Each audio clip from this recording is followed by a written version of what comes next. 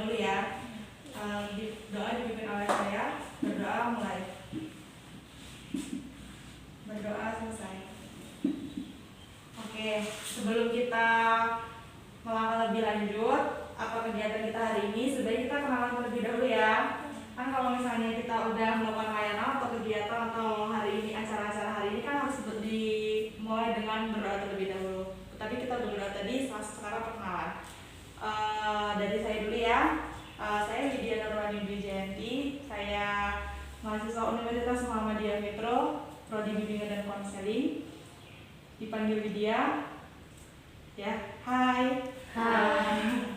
Oke, selanjutnya dari kanan saya sebutin nama sama alamat, hobi. Perkenalkan, nama saya Dewi Nuraliza, biasa dipanggil Aliza. Hobi membaca, alamat Jaya Bener 2 Kompleks Putih. Kompleks Putih di mana? Ke arah Fajar Bulan masuk lagi, arah Padang Laut. Oh, PP? Iya. Wow. Aziza? Iya. Maksudnya? Nama saya Rini Kinamindi, biasa dipanggil Ririn. Hobi saya membaca, alamat Kecubung Gang Nangka. Hobinya membaca ya tadi? PP? Iya. Ririn? Ya, selanjutnya? Nama saya Sastiana Adi Agustin. Hobi bernyanyi, alamat Sendang Agung. Sendang Agung di mana? Di Kalirejo. Kalirejo, PP? Enggak, di sini kos. Oh, kos. Selanjutnya? Nama saya Lutfi Ismail-Sari dan alamat di Bumi Mas. Hobinya baca novel. Oh, Bumi Mas di sini ya? Iya.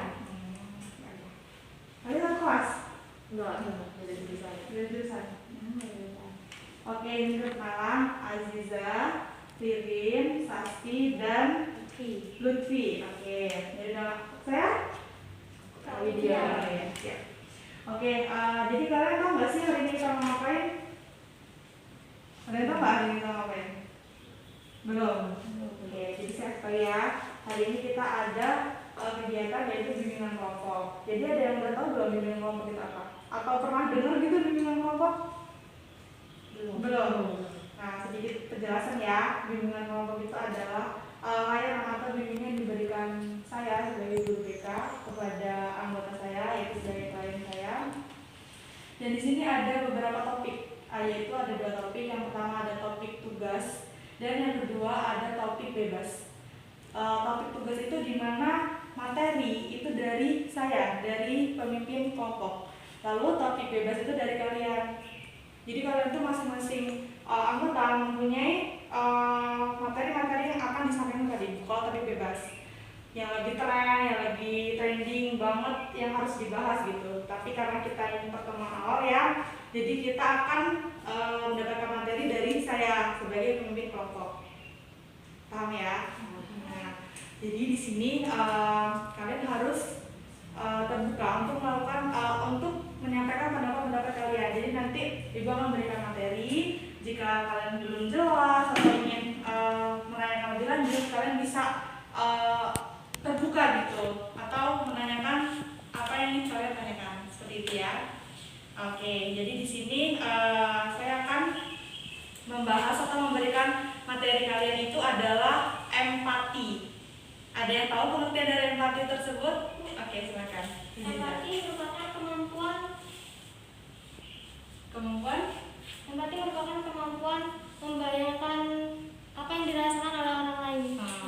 Kemampuan untuk membayangkan apa yang dirasakan oleh orang lain, maupun sedih maupun senang ya. Oke, selanjutnya ada yang tahu pengertian dari empati tersebut itu apa? Cukup Aziza aja. Nah, jadi ibu akan jelaskan sedikit ya. Pengertian dari yang disebutkan Aziza tadi, empati itu adalah benar. Jadi ibu akan menambahkan sedikit aja. Empati itu adalah gimana sih kita bisa merasakan perasaan orang lain yang lagi sedih atau lagi senang. Tapi kebanyakan rasa empati itu timbul karena melihat orang itu mempunyai rasa kesedihan atau terlibat banjir seperti itu. Kita kan kalau saya udah melihat orang banjir dan banyak kehilangan barang-barang yang berharga yang dia miliki, kita merasa kita harus membantu gitu. Itu tergerak dari hati kita sendiri seperti itu. Jadi gimana sih perasaan kita kalau kita ada dalam posisi mereka gitu, lebih membayangkan posisi mereka seperti itu. Jika kita melakukan hal-hal yang baik, maka kan di situ ada rasa tumbuh. Kita tuh nggak iri loh sama mereka. Kita bisa memberikan mereka tuh kasih sayang seperti itu ya, membayangkan perasaan apa yang sedang dirasakan oleh orang lain, atau lebih tepatnya tuh perasaan duka seperti itu. Jika ada empati pasti ada manfaat kan ya. Manfaat empati itu apa sih gitu kan? Apa ada yang bisa menyebutkan manfaat empati itu apa? Oke. Manfaat empati itu di antara lain bisa membuat hidup kita menjadi lebih bahagia, bisa membuat hidup kita menjadi lebih sehat, kita bisa menjadi lebih pintar, menumbuhkan rasa cinta kasih dalam diri kita, dan kita dapat mendapatkan kemudahan-kemudahan dalam hidup kita. Bagus banget ya, Ririn jawabannya. Jadi sini Ibu akan membantu menjelaskan apa yang disebutkan oleh Ririn tadi. Ririn kan hanya menyebutkan, jadi Ibu akan membantu menjelaskannya. Kenapa membuat hidup lebih bahagia? Di sini karena kita merasakan apa yang dirasakan oleh orang tersebut atau oleh orang yang mempunyai rasa sedih tersebut, itu membuat kita lebih bahagia karena kita benar-benar kita tidak merasakan benar-benar nyata apa keadaan orang tersebut gitu, tapi kita perasaan jatuh ke dalam perasaan orang yang melakukan empati kepada orang tersebut gitu kan. Jadi kita merasa kayak kita harus membantu gitu kan, karena kita tidak ada tekanan untuk membantu secara ikhlas, kita justru bakal menjadi bahagia gitu. Kalau lihat orang senyum kita membantu, tapi kita melihat orang itu senyum gitu, walaupun kita capek atau mengorbankan segala hal, tapi ketika kita melihat senyuman orang yang dalam susah itu, kita akan merasa bahagia gitu kan, senang gitu. Oh ternyata ini ya rasanya kalau misalnya kita udah memberikan sesuatu yang orang itu tidak ada atau tidak punya, orang itu senyum itu membuat bahagia diri kita sendiri, lalu membuat hidup lebih sehat. Ini sama sih seperti membuat hidup lebih bahagia. Kenapa saya katakan seperti itu? Karena kebahagiaan itu muncul dengan rasa ikhlas yang kita punyai. Jadi dari hati kita tuh ikhlas melakukan apapun yang kita ingin lakukan, membantu orang lain, merasakan apa yang dirasakan orang lain. Tidak ada tekanan-tekanan atau emosi-emosi negatif yang ada di dalam otak kita gitu. Jadi kita lebih sehat, lebih fresh, lebih bersemangat untuk melakukan hal yang bermanfaat lainnya. Lalu menjadi lebih pintar. Kenapa dikatakan menjadi lebih pintar? Karena di sini kita bisa memposisikan diri kita, atau cerdik lah ibaratnya. Kenapa bisa dikatakan cerdik? Karena kita bisa memposisikan diri kita dengan adanya kita memberikan bantuan kepada orang yang lebih susah, atau bantuan itu tidak berupa uang atau berupa bahan-bahan atau apa gitu. Itu bantuan itu emang penting untuk bagi orang-orang yang susah gitu ya, atau tadi yang Ibu katakan korban banjir seperti itu. Kita yang lebih seringnya banjir aja lah. Rasa empati itu misalnya kalau misalnya kita memberikan uang atau memberikan barang-barang yang tidak ada yang mereka miliki gitu ya. Tapi itu di situ sendiri kita memposisikan diri, orang itu membutuhkan apa sih gitu kan. Jadi kita lebih berpikir gitu. Jadi kita bisa berpikir positif dan membuat kita menjadi pintar dalam memposisikan diri kita di dalam situ gitu. Lalu di sini ada menumbuhkan rasa cinta kasih di dalam diri. Tadi yang saya katakan ya, kenapa menumbuhkan rasa cinta kasih dalam diri? Karena kita membantunya ikhlas, tidak ada rasa iri, tidak ada rasa dengki. Ya apa yang kita irikan, apa yang kita dengkikan gitu kan, dengan orang yang mempunyai kesusahan, dan kita harus mempedulikan perasaan mereka seperti itu. Lalu yang terakhir, mendapatkan kemudahan-kemudahan dalam hidup. Kita itu menanam menuai apa yang kita tanam gitu kan ya. Ketika kita berbuat baik kepada orang, menghargai perasaan orang lain atau membayangkan perasaan orang lain, itu adalah hal-hal yang bakalan kita tuai. Berbuat baik pasti kita dapat mendapatkan hal yang baik-baik juga seperti itu ya. Udah, apa ada yang ingin ditanyakan sampai sini? Paham ya dari manfaat tersebut. Lalu di sini ada contoh empati. Apakah ada yang menyebutkan contoh empati? Iya, silakan. Pasti.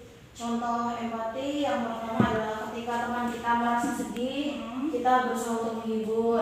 Ketika teman kita sakit, kita menjenguk dan membawanya oleh-oleh. Lalu merasa berbela-sungkawa ketika teman, kerabat atau saudara kita ada yang meninggal. Lalu selalu menghibur dan membantu teman yang sedang kesusahan. Bagus. Jadi jawaban saya Saskia, menurut saya udah jelas ya kenapa kita harus menjenguk teman kita yang sedang sakit, kenapa kita harus mengatakan rasa bela sungkawa kepada teman yang berduka, karena itu sangat penting. Itu kepedulian kita terhadap sesama. Kalau misalnya kita mempunyai teman kita sakit, apakah di dalam kelas tidak ada yang peduli? Pasti 1-2 orang akan mengajak teman-teman lainnya, ayo jenguk yuk gitu kan. Ini sakit ini nih, mungkin satu kelas itu ada yang lebih dekat, mungkin sahabatnya atau apa. Ayo jenguk yuk, walaupun kita sokongan cuma 1.000-2.000, kayaknya itu lebih bermakna kalau sakit itu datang gitu loh. Itu adalah semangat, membuat semangat orang sakit itu tersebut loh. Kayak teman kalian tuh butuh semangat dari kalian, motivasi dari kalian agar cepat sembuh. Itu juga termasuk rasa empati yang kalian tunjukkan kepada teman kalian. Itu tadi yang disebutkan manfaat oleh Sasti. Apakah ada yang lain manfaatnya? Ya Bu. Oh, contoh ya, contoh empati. Ya silakan. Tadi siapa namanya Pak? Lutfi ya. Silakan Lutfi. Misalnya ketika ada tetangga kita yang sakit, kita kayak membantu merawatnya karena kita merasakan penderitaan yang dia rasakan. Terus ketika saudara-saudara kita yang di luar daerah tertimpa musibah seperti banjir, longsor ataupun yang lainnya, kita berbondong-bondong membantunya dengan bantuan materi atau bantuan yang lainnya. Ketika kita melihat anak jalanan, kita hatinya tergerak untuk membuat rumah singgah untuk anak jalanan tersebut. Terus ketika ada pengemis, kita merasanya kayak pengen membantu mereka keterampilan agar mereka bisa terampil dalam hal apapun supaya mereka tidak mengemis lagi. Oke, bagus ya jawab dari Lutfi. Sedikit sama seperti jawaban dengan si Sasti ya. Tadi itu kita udah ngebahas tentang gimana sih kalau misalnya kita orang itu berduka, kita harus melakukan apa, orang itu sakit kita harus melakukan apa. Kita membahas yang tadi agak menarik ya, anak-anak jalanan dan pengemis ya. Sepertinya kalau misalnya anak jalanan dan pengemis itu lebih banyak di ibu kota ya.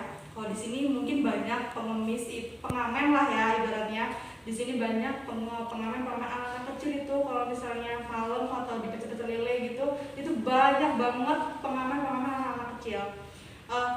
Sepertinya kalau misalnya kita mempunyai komunitas atau sosial lah ya gitu ya, kita bisa membantu dengan apapun itu keterampilan. Bagus ya tadi keterampilan kita. Anak itu pasti kan sekolah kan itu, jadi kita berikan pelajaran-pelajaran kayak misalnya kalau di ibu kota itu kita kumpulkan, terus kita sukarelawan untuk membantunya, kayak relawan lah seperti itu ibaratnya, memberikan mungkin pelajaran-pelajaran yang anak-anak yang dia nggak pernah makan bangku SD atau bangku sekolah, pasti anak itu rata-rata SD kan, kita ajarin matematika yang bisa menghitung atau membaca, itu sedikit membantu mereka meringankan bebannya. Mungkin dari orang tua dia tidak sanggup untuk menyekolahkannya, atau dari orang tua mungkin orang tua sanggup menyekolahkannya, cuma anaknya sendiri yang tidak mau untuk sekolah karena mungkin dia banyak lihat teman-temannya di jalanan, kayaknya lebih enak nih di jalanan gitu kan, ngamen, dapat duit, nggak sekolah gitu kan. Padahal sekolah itu penting gitu kan buat anak-anak kecil seperti itu. Jadi kita kayak lebih membantu gitu. Kenapa lebih membantu? Karena anak seperti itu, kayak anak-anak jalanan, maaf ya ngomong anak pang-pang di pinggir itu hanya membutuhkan tuh kayak perhatian gitu loh dari orang tua gitu. Kalau dari kita mungkin kayak senyuman, sapaan, itu kayak mereka tuh udah bersyukur gitu. Karena kan banyak kalau orang-orang gitu kayak dijauhi seperti itu. Jadi bantuan-bantuan yang tidak diduga lah gitu. Kalau misalnya buat anak-anak yang buat pengemis atau ibu-ibu, mungkin kita lebih menyisihkan sedikit rupiah ya buat mereka gitu. Kalau buat anak-anak mungkin lebih ke mereka tuh cuma butuh perhatian loh dari kita gitu anak-anak. Bisa lah kita kayak mengajarkan sedikit, kita tanya lah misalnya kalau kita berjalan sekolah nggak deh gitu kan, kita aja ngobrol sedikit gitu. Orang tuanya sebenarnya ada nggak sih? Kan ada juga anak-anak yang disuruh orang tuanya untuk mengamen tuh mencari duit di luar. Kayak kita lebih menyelidiki aja gitu loh. Karena kan di sini tuh mungkin kalau misalnya di sini tuh belum ada ya kayak komunitas yang membantu anak-anak jalanan gitu. Kalau saya rasa sih belum ada gitu. Cuman di sini itu kalau misalnya membantu dalam hal yang seperti itu, untuk mengajar seperti itu anak-anak seperti itu kayaknya belum ada. Cuma kalau misalnya membantu dalam hal materi gitu kayaknya banyak gitu ya. Jadi kita lebih ke oke lah kalau maju dalam hal materi bolehlah kita seperti itu, nggak apa-apa gitu kan, karena itu sedikit mereka bekerja seperti itu karena ya materi yang mereka cari gitu. Jadi kita mereka itu di sini membutuhkan materi kebanyakan gitu. Cuma kalau anak sekolah kita mau memberikan pelajaran atau apa lebih kurang terbuka gitu. Pokoknya kalau misalnya di sini tuh saya harap tuh kayak pengennya ada komunitas yang bisa kita ikuti gitu. Kalau sejauh ini kayaknya belum gitu. Rasa empati dari kalian tuh mungkin itu aja ya dari materi seperti itu. Tadi itu termasuk bagus sih yang dikatakan oleh Lutfi tadi ya, pandangan jalanan segala macam. Mungkin sepertinya itu saja ya. Apakah ada yang kurang paham? Cukup ya. Apakah ada yang ingin menyimpulkan dari apa sih kegiatan kita hari ini gitu? Saya Bu, Boleh silakan. izin menyimpulkan dari kesimpulan empati adalah empati merupakan dimana rasa kita mampu mengetahui perasaan orang lain, maupun senang maupun sedih. Manfaatnya salah satunya adalah memberi kebahagiaan pada diri kita sendiri. Kenapa? Karena di situ kita mampu melihat atau mengetahui perasaan orang lain dan membantunya dengan cara tadi berbelasungkawa, menjenguk teman yang sedang sakit dan banyak lainnya. Cukup Bu. Cukup ya. Tepuk tangan buat Susti. Dan tadi ya mungkin itu sedikit aja sih materi yang Ibu sampaikan. Mungkin nanti minggu depan kita bakalan bertemu. Kalau misalnya kita diizinkan untuk bertemu, ya sekiranya minggu depan mau jam berapa dan hari apa? Apa mau di hari yang sama, di jam yang sama? Iya, sama aja. Boleh ya. Mungkin kalau misalnya hari ini kita ngebahas materi dari saya, dari pemimpin kelompok, mungkin minggu depan dari kalian ya. Materi dari kalian mungkin yang lagi trending atau apalah sekarang ini, atau COVID atau sekolah daring, kayaknya banyak ya, seru ya besok kalau misalnya kita ngebahas seperti itu. Oke, mungkin itu aja ya yang Ibu sampaikan. Terima kasih untuk kalian yang sudah mendengarkan atau sudah mengeluarkan pendapat-pendapatnya. Tadi kita mulai dengan berdoa, kita tutup dengan berdoa juga ya. Ya, dimulai saya berdoa mulai. Berdoa selesai. Saya akhiri, maaf jika ada kata-kata yang salah karena kesempurnaan hanya dari Allah. Saya akhiri, wassalamualaikum warahmatullahi wabarakatuh. Waalaikumsalam.